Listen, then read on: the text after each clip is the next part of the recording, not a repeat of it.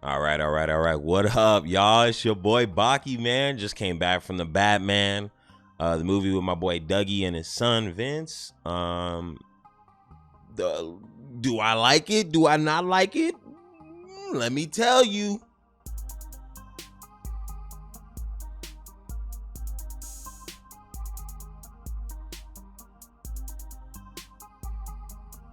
All right, so how we're gonna do this is probably gonna be a 3, maybe even 4 videos. Okay, the first video will be spoiler free.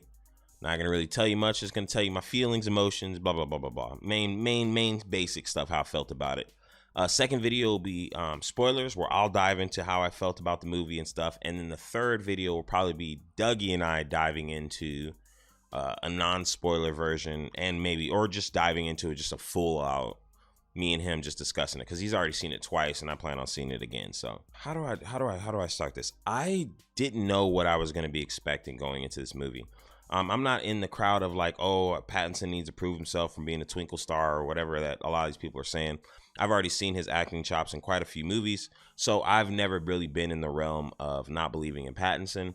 It was more of I just really wasn't sure where the story was going to go or how they were going to tackle things.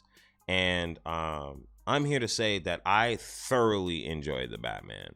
I really felt at some points that some of the editing and some of the choices weren't necessarily the best that I like, for certain things. But take away from that and put in the cinematography, the music, the actors, the characters, the situations, the theme, the city, all of these things bundled together is just like one magical element of comic books that we really haven't gotten too much of. It doesn't really happen too often.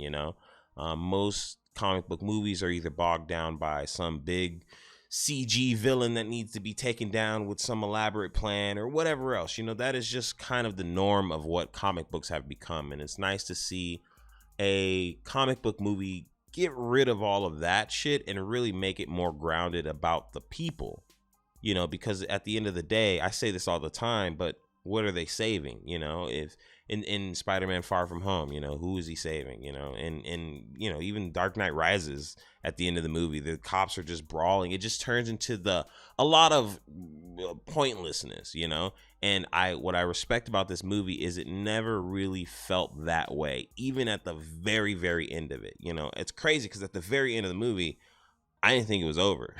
I still thought it was an hour left, bro. I was like, my boy Doug was like, really? I was like, bro, I was ready to go another hour, dog. Like easy. It's about 2 hours and 46 minutes.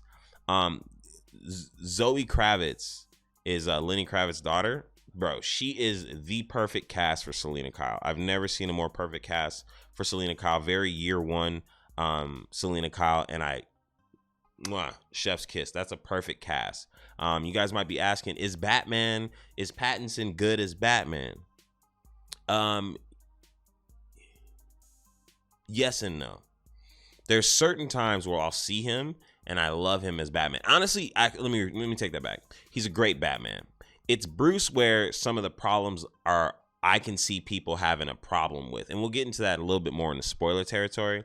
With the Bruce situation, but I can see people having a problem with Bruce. I have a reason as to why he acts the way he does, though, actually, which makes a whole lot of sense. But I digress on that. Is it worth the watch? Abso-fucking-lutely, bro. We're talking about I'm talking sound. Everything just sounds so great inside of this movie, and it just feels so like contained but expansive at the same time. They show you a lot of players who necessarily aren't the biggest players on the table this time around. Does that make sense? And it's not like a galleon of villains and shit, but it is like we're showing you a lot of the meat of Gotham, and I respect that and love it. There's a couple cast members who are just like so perfectly cast, dude. It's crazy to me. I'm trying to think of something else to give you guys. Action scenes are good. The Batmobile scenes are awesome. I really don't have a lot of problems with any of the choreography or any of that shit. I like bro, there's some really, really cool scenes with Batman, man, where it's just like you can see his like visceralness, but also his like speed and like elegance. Like he's just like he's like a majestic karate swan or something, bro. Like it's something like that. Like it's absolutely like mind-boggling sometimes some of the shit he was pulling off. So some of the best Batman combat you'll see, in my opinion, it wasn't better than like what Zach did with like the combat situation, because I really, really like that fucking stupid ass warehouse scene. But what I do love about this Batman is it feels more real than any Batman we've ever had, in my opinion. You know, and especially with the villain and everything that goes on there too. So let me see what else we got. That's pretty much my good, bad, and ugly, man. I don't really have that much ugly. Some of the editing is just, that's the only thing. You know, we'll talk about it in the spoiler territory. But besides that, I was pretty much enthralled from beginning to end. Didn't really have too many hiccups. The damn Hitman goddamn intro was killing me. You know, obviously that's a super old song and it ain't from Hitman. But I'm just saying, though, like that's where I know it from. I know it from Hitman. But Gordon was great. I actually really liked the commissioner before him. I know he shouldn't have been Gordon, but I liked his voice and shit. He just sounded really good. I can't talk about that till spoilers. Yeah, so everything else I really can't talk about till spoilers. So this is kind of the spoiler-free review, guys. Once again, I just saw the Batman. If I had to give it a rating, I'd give it a 8.9. Basically, let's just round it up to 9 out of 10, bro. The only knocking differences I'm putting down are really the editing and a couple like smaller things I had that were kind of whatever for me. But the rest of the movie was quite enjoyable from start to finish.